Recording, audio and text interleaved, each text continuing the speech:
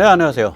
오늘도 또한 대한민국의 이 외교 안보 전략 여기에 대해서 잠깐 생각을 해보겠습니다. 이게 우리가 힘이 너무 많이 이제 세져서 그래요. 거의 군사기술이나 군사력이 살벌할 정도로 커졌는데 그게 또 이제 미중 대립 또 그리고 중국의 굉장히 이상한 그런 자세 이런 거랑 연관이 돼서 또 우크라이나 전쟁 연관이 돼서 계절 자체가 굉장히 험악한 계절이거든요. 또 동시에 거기에 기회가 있어서 우리가 크게 발전하고 북한을 자유화시킬 수 있는 그런 기회가 같이 얽혀 있습니다. 그래서 이 힘을 우리가 좋은 방향으로 슬기로운 방향으로 잘 써야 되거든요. 그래서 그 얘기를 오늘 마저 드리고자 합니다. 한마디로 요약해서 말씀을 드리면 미국이랑 오랫동안 같이 가야 되고 우리가 힘이 좀 세졌다고 해서 뭐 이래 가지고는 좀 곤란하고요. 그 다음에 두 번째로는 우리의 힘을 전부 중국 견제, 특히 서해안에 있어서 서해안과 서해에 있어서의 중국과의 어깨 싸움을 굉장히 깊게 고민해야 된다. 참으로 이상하게도 지난 30년 동안 이 서해에 대한 그런 그 경계가 굉장히 느슨하게 풀어져 있었어요. 여러 가지 이유가 있는 것 같아요. 그것은 좀 우리가 좀 깊게 고민해 봐야 될 소지입니다. 지금이라도 이 서해를 주 전장으로 생각을 해야 됩니다. 서해와 결국은 북중 국경이거든요, 앞으로. 그건 이제 북한이 자유화된 다음에도 마찬가지입니다. 그래서 오늘 그 같은 얘기를 앞뒤 맞춰가지고 좀 설명을 드리도록 하겠습니다. 먼저 다짜고짜 노무현 전 대통령에 대한 얘기를 좀 하겠습니다. 저도 노무현 별로 안 좋아합니다. 그 양반이 이제 끈 떨어지고 그 야인으로 있을 때 여의도에 지방자치실무연구소를 냈었어요. 그게 90년대 중반입니다. 제가 그때 인터넷 업계에서 꽤 잘 나가던 사람이어서 후배들이 와서 강연을 해달라 그래서 이제 무료로 거기서 강연을 한 몇 번 한 적이 있습니다. 그래서 불고기 뚝불밥 한 2번 얻어먹었습니다. 그 양반한테. 그런데 워낙 주변에 철딱선이 없는 그 운동권들이 이렇게 몰려드는 걸 보고 저는 그 양반이랑 그렇게 관계를 안 맺었어요. 지금 생각하면 잘한 것 같아요. 주변이 워낙에 오염이 많이 돼 있는 그런 경우인데 근데 본인 자체는 굉장히 특이한 행보를 했습니다. 특히 이 국방이나 이 군사기술, 군수산업, 방위산업에 있어서 굉장히 특이한 행보를 했어요. 한번 직접 보시죠. 우선 첫째 제가 엊그저께 말을 잘못했죠. 이게 글로벌 포스처 리뷰라 그러더라고요. GPR. 그래 어떤 분이 짚어주셔서 저도 이제 확인해보고 요새 이제 나이가 들어서 그런지 이게 잘 잊어먹어요. GPR 자체는 대충 맞춘 것 같은데 말하다가 이게 뭐냐면은 이제 기본 개념이 미군 부대를 해외 주둔 미군 부대를 여기저기 흩어놓을 게 아니라 몇 군데의 그 허브에다가 모아놓고 거기서 그 지역으로 신속하게 전개한다예요. 그런데 전 세계에서 가장 큰 허브가 대한민국에 있습니다. 그 허브의 이름이 바로 평택 오산 이 일대입니다. 사실은 우리가 평택에 캠프 험프리스만 얘기하고 그게 굉장히 전 세계에서 제일 큰 미군 기지다. 그 말 맞거든요. 그런데 캠프 험프리스하고 오산 미국 공군기지하고가 그게 직선거리로 10km도 안 떨어져 있어요. 그러니까 두 개가 하나예요, 거의. 그런데다가 그 앞으로 또 한 10km 빼면은 이게 평택항이라고요. 그래서 굉장히 그리고 바로 앞이 이제 저기 중국의 산둥반도죠. 그걸 노려다 보면서 이렇게 있기 때문에 이게 장난이 아닙니다. 정말 장난이 아닙니다. 이걸로 미국이 이제 말하자면 미국이 중국의 목에다가 비수를 딱 겨누는 거거든요. 비수를 겨누는 거예요. 이것에 의해서 사실 대한민국의 안보는 뭐 반석 위에 완전히 올라선 거예요. 이거를 그때 이렇게 결정을 한 거가 이게 노무현 대통령이었습니다. 이 평택 미군기지 오산 바로 아래 항구 옆에. 그래서 이게 장난이 아니고요. 그 다음에 이제 제주 강정해군기지 이것도 노무현 대통령이 그때 결정을 했죠. 그리고 이제 한미 FTA 그때 뭐 화염병 던지고 사람도 한 2명쯤 죽고 그랬어요. 굉장히 격렬하게 시위를 했었죠. 노무현 때. 그때는 그 화염병도 던지고 농민들 한 두세 명 죽어 나갔고 장난 아니었습니다. 그리고 이제 우리가 그러는데 이제 그 우리가 러시아에 돈을 91년 이때 러시아 91년 그렇죠. 91년 고르바초프 맨 마지막 해에 러시아에 돈이 물린 거가 계기가 돼서 러시아로부터 이제 무기와 군수 기술을 들여온 게 두 번 있었습니다. 한 번은 YS 때 제1차 불금 사업이에요. 그러니까 판은 누가 깔아준 거냐면 판 자체는 노태우 대통령 때 깔아준 거예요. 그거가 그 실마리를 가지고 YS 때 땡겨가지고 제1차 불금 사업을 했는데 그게 이제 90년대 중반경이거든요. 근데 그때는 이제 우리 자신도 뭘 가져와야 될지 모를 때고 그래서 제1차 불금 사업 때는 그냥 현물 위주로 좀 갖고 왔던 것 같아요. 그때 못 받은 돈 남아있는 거 가지고서 제2차 불금 사업이 됐습니다. 그게 노무현 대통령 때인데 그때 굉장히 의미 있는 것들이 실마리들이 들어왔어요. 기본 기술들이. 그걸 이제 되게 쉬쉬하면서 얘기를 안 하는데 저는 그때 많이 들어왔다고 봐요. 이제 보면은 여기 오른쪽 위에 있는 게 그 러시아의 야혼트 그 초음속 대함 미사일입니다. 우리가 거의 똑같은 모양이에요. 그래서 우리 날아가는 거 보고 캬혼트라고 부릅니다. 이 당시에 이게 들어와서 우리가 나중에 기술이 쌓여가지고 최근에 저랑 똑같은 걸 만드는 거예요. 그리고 이제 왼쪽 게 이제 오른쪽 거를 좀 더 빠르게 만들면은 저런 모양이 나와요. 덕트를 갖춘 이제 저거는 극초음속입니다. 작년인가 우리 극초음속 발사체 성공했죠. 발사체 하이코어라 그래가지고. 그 다음에 왼쪽 아래 저 날아 올라가는 게 현무2인데 근데 현무2가 여러 가지 유형이 있을 거예요. 여러 가지 유형인가? 근데 그 중에 하나죠. 제일 먼저 있는 거 현무2 1. 현무2 1이 제가 완전히 러시아 이스칸데르 형태입니다. 러시아 이스칸데르 형태예요. 그 다음에 이제 요번에 우리가 KF-21 7월 달에 초도 비행이 있죠. 정말 감격적인 순간이 될 거고요. 인터넷 유튜브에 보면 어제부터 그 사천에 있는 한국항공우주산업 카이 그 비행장에서 KF-21이 활주로를 쭉 내달리는 거하고 이륙은 안 한 상태에서 그 다음에 택싱하는 거가 나와요. 택싱이라는 건 이제 비행기가 이제 이렇게 왼쪽으로 돌고 오른쪽으로 돌고 해서 이제 주차장에 들어가는 거, 주차 공간에 들어가고 또 주차 공간에서 빠져나오는 거. 그럼 택싱하고 활주로를 쫙 하고 내닫는다. 뜨지 않을 정도까지만. 그러면은 이제 각종 계측 장비 다 붙이고 하는 거예요, 그거. 그러면 이제 거의 이제 뜰 준비 다 끝나간다는 얘기죠. 어제부터 떴습니다. 어제부터 그런 영상들이 한번 KF-21 뭐 활주 이렇게 보시면은 한 두어 개 나오실 거예요. 그래서 그 KF-21이 이제 그 동체도 잘 빠졌고 잘 만들어졌고 엔진도 좋은 걸 잘 썼어요. 그 제너럴 일렉트릭의 F414 엔진 두 개를 썼거든요. 그래서 두 개를 합친 것에 스러스트 파워, 그러니까 추진력이 저거보다 셉니다. 저거 정도 돼요. 한 조금 더 셀 거예요. 그 F35보다. 그래서 KF-21이 잘 나가는 비행기죠. 그런데 이제 요새 비행기들은 동체가 잘 빠졌고 엔진이 잘 돼서 잘 난다 이게 중요한 게 아니고 그거보다 훨씬 더 중요한 게 프로그램입니다. 프로그램이라는 건 그가 얼마나 지능을 갖고 있냐, 얼마나 좋은 레이더를 갖고 있냐, 얼마나 좋은 적외선 탐지기를 갖고 있냐. 예를 들어서 적외선 탐지기에 맞춰가지고 쏘더라도 그게 이제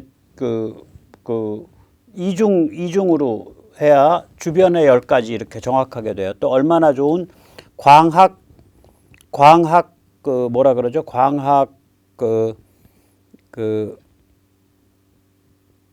그러니까 일렉트로마그네틱, 그러니까 전자광학 타겟팅 시스템 갖고 있냐? 얼마나 좋은 그러니까 스나이퍼 포드, 그러니까 비행기가 높게 떠들어도 이 레이더가 한 200km 가니까 지구가 둥그래서 200km 바깥이면 안 보여요. 비행기가 높이 떠도. 내가 비행기 아무리 높이 떠도 예를 들어 서울에서 높이 뜨면 직선거리 200km 바깥이면 저 어디 대전 아래 어디쯤 되는데 대전 아래가 안 보이겠죠.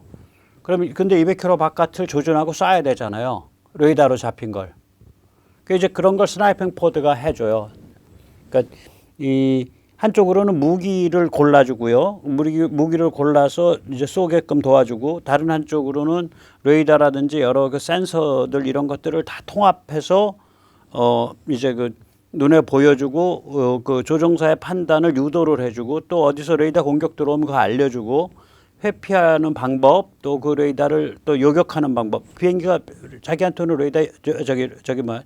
레이더와 미사일 이걸 대항을 할 수 있으니까 이런 거 이제 미션 시스템이라 그러는데, 그 미션 시스템이 이게 지능 덩어리거든요.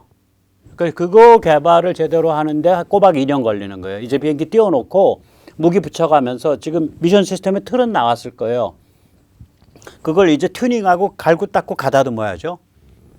그거 하는 거예요, 저거 지금. 그렇게 됩니다, 이제.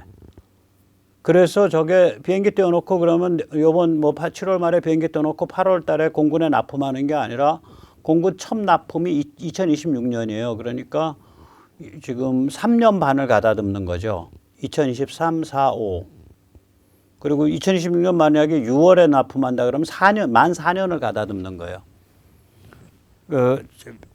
엔진 달아서 동체 띄워놓고 틀 다 갖춰놓고. 그래서 이제 그러면 이제 저 레이더가 저기 아주 좋은 첨단의 레이더거든요. 지금 저기 그 앞에 달린 게 성능이 F-35 레이더보다 좋다는 얘기가 있어요. A사 레이더의 최첨단 질화관륨.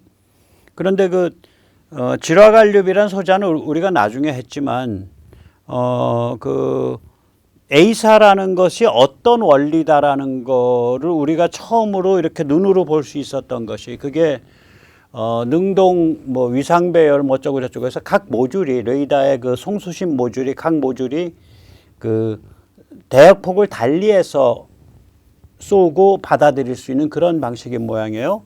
그래서 그것을 아날로그 회로 형태로 많이 표현을 해놨다 그러더라고요, 러시아께. 그걸 보고서 A사의 원리를 완전히 터득을 해서 그거를 그러니까 반도체 형태로 옮긴 거. 저게 기술을 안 가르쳐 주거든요. 기술을 안 가르쳐 줍니다. 저게 몇 나라 안 해요. 그리고 성능이 나오는 거는 진짜 몇 나라 없어요. 우리가 성능이 제일 좋다 그러는데 그건 모듈의 성능이지. 이제 그걸 또 갈고 다듬어야 돼요. 왜냐면 모듈이라는 건 결국 전파를 쏴서 반사해서 들어오는 시그널을 잡은 거잖아요. 그럼 이 시그널이 이게 중국제 J22야 라고 시그널 처리를 해줘야 될 거 아니에요. 앞단에서 식별을 하고 그 시그널을 가지고. 그러니까 그 시그널 처리 부분이 있죠. 그것이 우리가 이스라엘의 엘타랑 같이 하는 것 같아요. 이스라엘의 사실상 큰 국영 에어로스페이스 항공우주 쪽 방산 기업인데, 그 중에서 엘타가 독립법인으로 따로 해갖고, 그러니까 국영이에요, 그 회사. 세계적인 그 레이더라든지 뭐 이런 쪽의 그 세계적 회사예요. 레이더에 관련된 신호 처리 이런 거예요.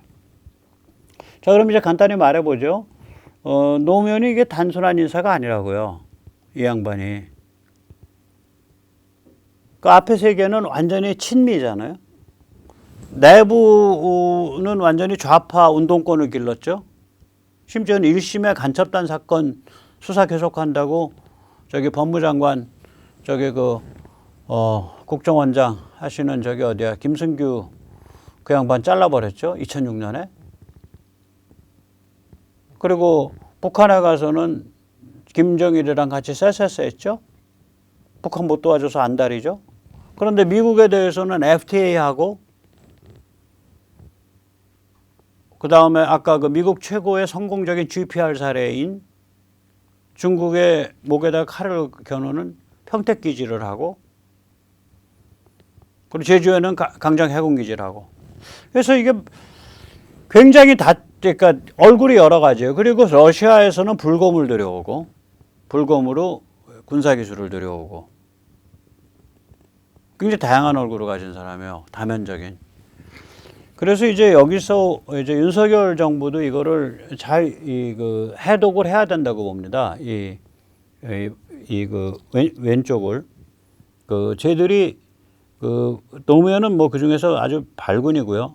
저 사람들이 그러니까 DJ나 노무현이나 문재인이나 다 칼라나 했던 일이 다른데 성격이 그냥 단순히 왼쪽이 아니에요. 단순히 왼쪽이어서 뭐 다 브레이크 걸고 이거 아닙니다. 보시면은 오히려 YS나 이명박이나 박근혜 대통령은 순진한 사람들이에요. 제가 박 대통령 같은 경우에 KF-21 개발을 18개월을 늦췄다가 교통정리를 해줬죠. 예산 부족으로 18개월인가 늦췄어요. 뭐 돌이켜보면 교통정리 그때 뭐냐면은 단발 엔진 가냐 쌍발 엔진 가냐 가지고 싸움이 붙었다고요. 그게 왜 그러냐면 단발 엔진 가면 지금 FA50 다시 만들자는 소리예요. 지금 고동훈련기. 여러분 우리한테는 단발 엔진을 F22급의 초고성능 단발 엔진은 안 팔거든 한국에는. 그러니까 우리는 작은 엔진밖에 한국에는 안 팔아주거든요. 작지는 않아요. 사실 중형급인데 중형급 엔진을 2개 채우는 게 좋죠 우리는. 예를 들어서 F35는 단발인데 엄청난 그 하나가 우리 2개만큼 파워가 좋은데 그거 우리한테 안 판다고. 그럼 우리가 살 수 있는 건 결국 중간 레벨 이하의 단발 엔진인데 중간 레벨 이하의 중간 레벨 이하의 엔진인데 그 엔진을 갖고 단발을 가자는 얘기는 비행기를 작고 조그맣게 만들자는 얘기죠. 만들어 놨는데 뭐. FA50, T50. T50은 훈련기 때고요. 그걸 무장화시키면 FA50입니다. 만들어 놓고 그것도 하자고 한 소리에 단발 엔진 하자는 사람들은. 근데 그게 그러니까 국내에 이제 럭키드 마틴이라든지 미국을 의식하고 미군을 의식하는 그런 사람들이 많아서 자주국방파가 그렇게 득세를 못 얻었었어요. 항공기에 대해서 전투기에 대해서 이게 너무 어려운 작업이라. 그래서 이거가 2014년 말까지 내부적으로 엄청나게 단발 쌍발 가지고 마비가 됐었어요. 그거를 박근혜 대통령 때 아마 김관진 장관일 겁니다. 김 장관이 그걸 교통정리를 했죠. 그래서 지금 형태로 그때 정해진 거예요. 그리고 사실은 이런 굵은 어떤 그런 거는 별로 저는 모르겠어요. 이명박 정부, 박근혜 정부 때 굉장히 선이 굵은 자주국방 노선에서 뭐가 크게 흔적이 남나 이거 잘 모르겠는데 DJ나 노무현, 특히 노무현을 보면은 이걸 굉장히 우리가 아까도 말씀드렸듯이 국내의 자주국방 국방기술의 발전이라고 얘기를 하면 노무현을 빼놓을 수가 없어요. 노무현 대통령 시절에 일어났던 일들을 한번 자세히 보죠. DJ는 외교 안보에 있어서는 햇볕 정책을 펴서 북한을 보호했고요. 국정원은 아작을 내서 대공을 해체를 했죠. 군사에 있어서는 우리나라의 자주국방 군사기술이 발전하도록 지원을 많이 했습니다. 이 사람도. 그리고 미국 무기는 엄청 구매를 했고요. 비고를 보면 미국 클린턴 그리고 아들 부시와 좋은 관계였고요. 좋은 관계입니다. 그리고 관료 군맥을 유지를 했어요. DJ는 그걸 함부로 안 쳐냈어요. 그런데 DJ 때도 서해 한강하고는 방치했죠. 아마 제1차 연평해전이 DJ 때 아닌지 모르겠다. 그때 몸으로 막아라 짓이 그렇게 떨어져 있어서 상대방이랑 교전을 못하고 나 쏴라 그러고 옆구리 내려가지고 두들겨 맞은 거 아니에요. 제1차 연평해전이. 그 DJ가 오다 그렇게 때려서 그런 거거든. 그 수칙이 그렇게 돼 있었어요. 매뉴얼이. 몸으로 옆으로 막아라. 상대방은 총겨놓고 있는데. 노무현도 정책은 햇볕 정책에서 북한 보호를 했고요. 국정원 아작 내는 거 계속 대공 해체 계속 진행됐고요. 간첩단 사건 보호했죠. 1심에. 군사는 군사기술, 그러니까 이 자주국방 쪽 지원을 했고, 미국 무기 엄청 구매했고, 이 사람도. 아까도 말씀드렸지만 GPR, 그러니까 평택, 미군기지, 강정 해군기지, FTA, 한미 FTA 이거 했고요. 부시의 절친이었죠. 아들 부시. 그래서 아들 부시가 이제 그림까지 들고 찾아와서 제가 그때 막 열받아가지고 좀 많이 좀 비판적인 얘기 했었죠. 그리고 이 사람이 아까도 말했듯이 2차 불곰을 했습니다. 그리고 이때만 해도 운동권이 나이가 어려서 그런지 관료 군맥이 유지가 됐어요. 이 사람 역시 서해 한강하고 방치했고요. 그 한강학원 뭐 어쩌고 저쩌고 이런 얘기들이 다 DJ 때도 그렇고 그 노무현 때도 그래요. 이 특징들이 그래요. 서해 한강하고원 쪽을 열어놔요. 그래서 우린 그 연평 포격 터졌을 때 대포병 레이더가 안 돌아갔잖아요. 대포병 레이더가 안 돌아갔다고요. 그리고 제1차 연평 해전 때, 그러니까 DJ 때, 거기에 우리 그걸 뭐라 그러나 초계함이라 그러죠. 코르베트. 그러니까 호위함보단 작고, 초계함이 이제 그 당시에 있었던 배는 이제 뭐라 그러나 이제 앞에서 다니는 고속정 순찰정이니까 뭐 함이 안에 정이죠. 경비정 순찰정이건데 고속정. 거기 가다가 저기 무슨 그물에 걸리고 이래가지고 늦게 갔잖아요, 현장에. 그리고, 그러니까 워터제트 같은 걸 안 쓰는 거죠. 워터제트로 썼으면 그물에 덜 걸리는데 스크루식이라.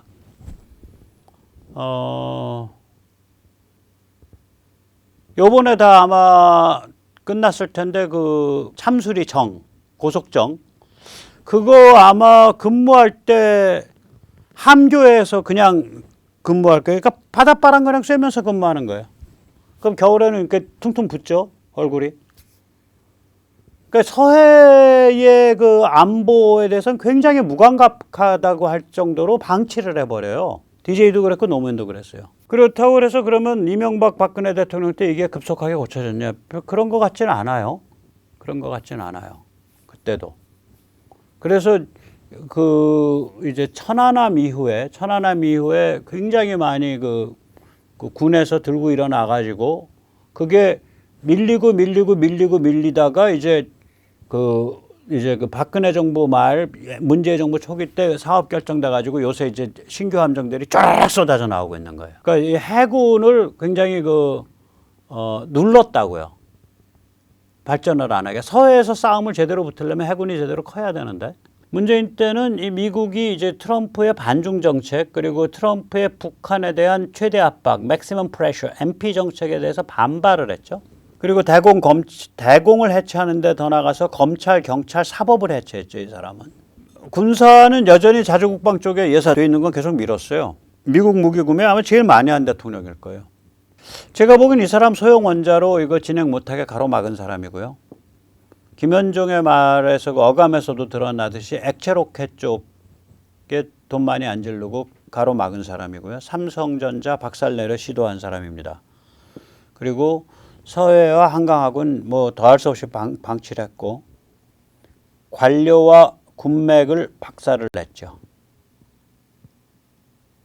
그러면 이 사람들은 뭐냐면은 뭔가 이렇게 그림을 각자 다 자기 그림을 갖고 있는 거예요. DJ가 기본 틀을 잡은 사람인데 북한은 봐준다. 햇볕 정책해서 북한 보호한다. 그리고 내부 대공은 해체한다. 근데 미국에 그게 뭐 민주당 리버럴이든 공화당 네오콘이든 잘 지낸다. 거기는 잘 지낸다. 그리고 내부적으로는 그 자주국방 그다음에 군사기술 발전 지지한다. 그러니까 DJ 노무현 얘기하는 겁니다. 그런 거예요. 그리고 서해 쪽은 거기는 뭐 중국도 왔다 갔다 하고 북한도 왔다 갔다 하니까 거기는 그냥 널널하게 열어둬. 이런 구도예요, 이게. 거기다가 노무현은 더 나가서 미국이랑 화끈하게 오케이, FTA, 평택, 험프리, 제주, 강정 그리고 저기 어디야 또 러시아 오케이 그럼 러시아 또 땡겨. 그래서 러시아에서 첨단 기술 들어오도록 해봐. 노무현은 그렇게까지 간 거예요. 여기에 비하면은 YS나 이명박이나 박 대통령은 순진해요. 그리고 그런 다이내믹스가 없어요. 이 DJ나 특히 노무현에 비하면. 그래서 저는 윤통령에 대해서 궁금해. 그냥 가만히 있을 건지 아니면은 이런 그 외교, 안보, 군사에 엮여갖고 다이내믹을 만들 건지. 외교, 안보, 군사를 엮어서 다이내믹을 만들 건지. 가만히 있으면 그냥 이명박, 박근혜 중간쯤 하겠죠. 저는 노무현의 나쁜 점 빼고 좋은 점만 해서 노무현과 같은 다이내믹을 만들었으면 좋겠어요. 윤통령이. 근데 과연 그 정도가 될지 그건 모르겠어요. 두고 보죠 뭐. 국군이다면 할 거고. 여기서 우리가 클라우제비츠를 좀 다시 봐야 됩니다. 이걸 제가 왜 말씀을 드리냐면 이제 우리가 힘이 좋아졌어요. 저는 뭐 제가 김칫국 마시는지 몰라도 아마 올해 세계 무기 수출 러시아를 제껴놓으면 3위 할 거다. 거의 3, 4위. 그러니까 독일 제끼면 3위고 독일보다 못하면 4위. 그리고 한 2, 3년 안에 독일 제끼고 아마 프랑스도 제끼고 프랑스가 독일보다 훨씬 커요. 2위까지 올라갈 걸 그렇게 생각을 해요. 그러니까 우리가 군사기술이 굉장히 강해졌어요. 그리고 군사력도 강해졌고 무기 수출도 강해졌고. 그럼 이제 힘이 넘치니까 우리가 이제 머리를 채워야죠. 관점을 채워야죠. 그래서 클라우제비츠 얘기를 하고 싶습니다. 클라우제비츠의 말은 뭐 여러 가지로 이렇게 그 말을 옮길 수 있는데 그 사람이 이런 말을 여러 군데서 했기 때문에 결국은 이런 얘기예요. 전쟁은 정치의 연장이다. 전쟁은 정치적 목적을 관철시키기 위한 행동이다. 전쟁은 우리의 의지를 상대방에게 관철시키기 위해 물리적 수단을 사용하는 일종의 정치 행위이다. 이런 소리예요. 다시 말하자면 전쟁에는 정치 외교적 목적이 명확해야 돼요. 그럼 이 전쟁을 군사력, 대치, 힘겨루기로 바꾸면 똑같아지죠. 군사력을 키우는 것은 정치적 행위의 연장이다. 군사력을 행사하는 것, 군사력을 가지고 무력 시위를 하는 것, 정치적 행위의 연장이다. 오케이, 그러면은 우리의 단중장기적 정치적 목표가 뭐야? 군사력이랑 관계된. 저는 여기에 남중국해, 동중국해의 해로 옹호는 안 들어가 있다고 보는 거예요. 직접적으로는. 그거는 미국과 일본과 호주가 자기 비즈니스로 해라. 영국과. 왜냐? 우리 너무 중요한 자리에 앉아갖고 너무 중요한 최일선을 지키고 있으니까 지금 뒤통수에서 벌어지는 일까지 신경 쓸 틈이 없어. 그 최일선의 이름이 서해이고 그 최일선의 이름이 북중국경이다 이거예요. 우리 그거 보고 있어야 되기 때문에 뒤통수 신경 못 써. 우리 거 잘할게.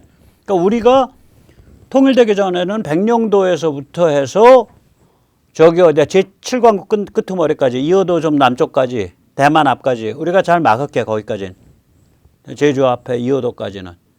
그 다음은 너희가 막어. 당신들이 알아서 해. 우리가 미국이랑 힘잡고 요건 막을게. 우리도 보호할 겸. 그러니까 전쟁은 정치적 목적을 관철시키기 위한 행동이죠. 이렇게 되면. 그러니까 서해에서 우리 영역 확보하고 칠광구, 독도 등 핵심 연역 자원 주권 확보하고 뭐 그건 당연히 해야 되고 북한 급변 사태 때 중국의 침공 의지를 꺾는다. 중국이 침공 개입하면 군사 충돌을 통해 이를 굴복시킬 대비를 한다. 이게 우리의 정치적 목표예요. 나는 우리 뭐 이거를 써놓으면은 좀 문제가 있을지 몰라도 이거를 군인들끼리 열심히 얘기하고 있다고 믿고 싶습니다. 또 이런 생각하시는 분들 많을 거라고 봅니다. 그 어저께 보여드렸던 거지만 우리의 전장은 한반도 및 서해예요, 특히. 그러니까 서해 자체가 극심한 대립이 필연적인 공간이란 말이죠. 서해에는 우리가 그걸 숨줄을 안 졸라서 그렇지. 저 생긴 거 보세요. 백령도 앞이랑 산동반도 앞은 딱 마주보고 있잖아. 저 정도 거리면요. 저거 한 400km, 300km밖에 안 된다는 소리예요. 백령도에서 산동반도가. 요새 미사일 놓으면은 500km씩 가는데 순항 미사일, 타우루스 같은 거. 말이 안 되는 거죠. 그러면 그냥 한국이라는 한반도의 존재 자체, 특히 북한 지역이 자유화돼 가지고 대한민국과 쎄쎄쎄를 하는 상태가 됐어. 체제 통일이 됐어. 그러면 딱 여기다가 칼이 딱 겨눠진 상태가 돼요. 중국 입장에서는. 우린 그 상태를 가야 민족이 살고. 그러니까 본원적인 충돌이 있다. 그 충돌에 그러면 시어터가 어디냐 이거야. 서해죠. 서해입니다. 남중국, 동중국은 미국, 일본, 호주, 영국이 하고 서해는 저기 서해 와서 일본 애들이 도와줄 거 아니잖아. 미국이랑 우리가 해야지.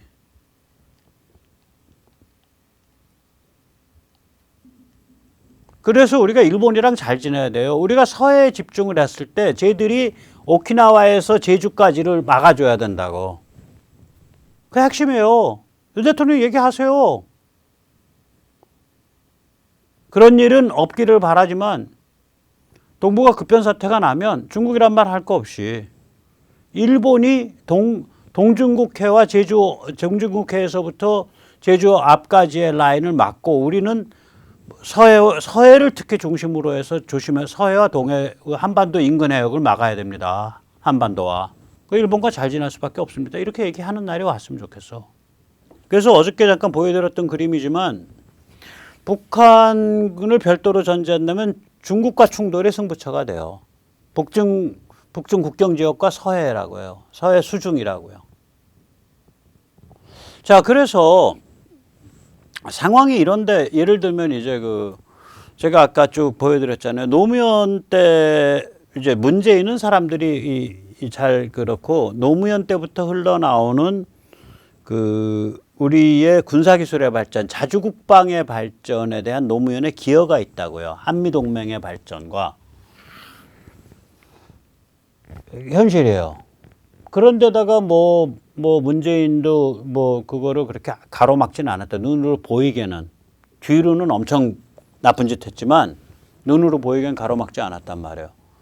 그래서 의외로 군사평론을 하거나 이런 사람들 중에 은근히 문재인 쪽인 경향. 그건 또 어떻게 나타나냐면 그냥 입만 뻥끗하면은 반일 비판을 해요. 전 일본이 마치 무슨 주적인 것처럼. 일본 주적 아니에요. 일본 우리랑 주적 아니에요.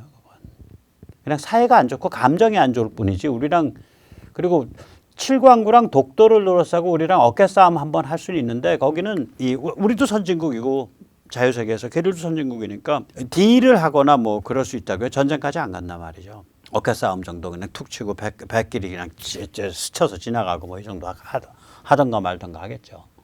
중국과 싸움 벌였을 때 일본이 어딜 막아줘야 되냐? 우리를 위해서 막아달라는 게 아니라 지들 때문에 대만에서부터 이호도 아래, 제주도 아래서부터 대만 연결해서 쭉 내려가서 동중국해 건너서 더 내려가서 남중국해 가는데 그거 막는 거에 주동이 일본이 돼야 돼요. 주력이 일본 해상자위대가 일본 공군하고 미군하고.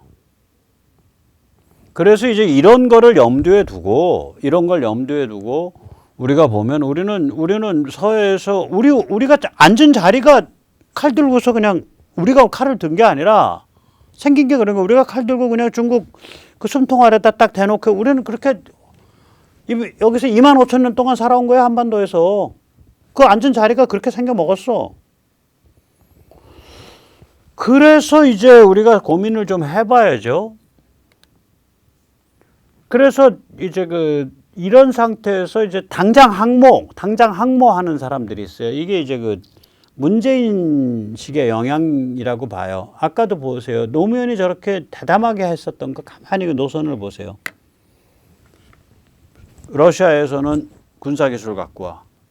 미국에 대해서는 군사기지 다 털어줘. 제주에는 그거 만들어. FTA도 다 털어줘. 북한은 키워줘. 내부에서는 간첩 못 잡게 대공 다 때려잡아. 적발된 간첩단도 감춰줘. 이런 복잡한 수를 둬요. 이 사람들이. 태연하게 비빔밥을 지어서. 그러니까 이 사람들 관점에서 보면 북핵도 우리 거고 우리 첨단 군사 무기도 북한 거고 또 중국 거고 이런 거 같아. 미군 기지도 중국 거고. 희한한 사람들이에요. 너무 희한해 제가 보기엔. 그러니까 당연히 항모 주장하는 거 하는 사람들한테 하는 말이 하고 싶어. 이제 그렇게 이 사람들이 오히려 자주국방 군사기술에 대해서 아무 거리낌 없이 뭘 주워와도 괜찮아. 그냥 그것만 열심히 하면 돼. 거기다 미국이 우리를 뒷다리를 잡았잖아요. 미사일에서 대해서 잡고 소형 원자로도 해서 잡고 아무튼 군사기술 발전하는 건 미국이 다 뒷다리를 잡아요. 왜 그래? 미국 입장에서는 한국 사람들의 그 어저께 말씀드렸지만 본원적인 그 전투성을 안다고요. 이게 6.25 경험에서 오는. 그 이 사람들이 군사기술이 발전하고 군사력이 커지면 미국 컨트롤 바깥에서 쳐서 이게 북한 자유화시키겠다고 뭐 이런 식으로 튀어나가면 그러면 미중 사이에 지금 그 현상이 깨진다. 지금 우리가 중국 사랑이랑 빠져가지고 중국이랑 브루스 땡기느라고 바쁜데 이거 한국 애들이 우리 산통 깰 수 있다. 그러니까 여기가 칼 들고 못 휘두르게 손에서 칼 다 뺏어야 돼. 이렇게 한 거예요. 지난 70년을 미국이. 그러니까 노무현 같은 사람이 한 건 뭐냐면 우리 칼 왜 들면 안 되노? 러시아 칼 갖고 왔대 이거지. 노무현은 당연히 그럴 만한 사람이죠. 덕분에 우리가 미사일이랑 에이사 레이더랑 뭐 램젯이랑 스크램젯이랑 뭐 이런 게 나오게 된 거지. 그러니까 참 세상이 이상한 거예요. 자, 그런 관점에서 보면 야 우리가 이제 컸는데 항모 좀 가졌으면 좋겠다. 말 되지. 근데 저는 거기에 반대하는 거예요. 기회비용을 좀 생각하자. 당장은 아니다. 제가 어저께도 잠깐 얘기했지만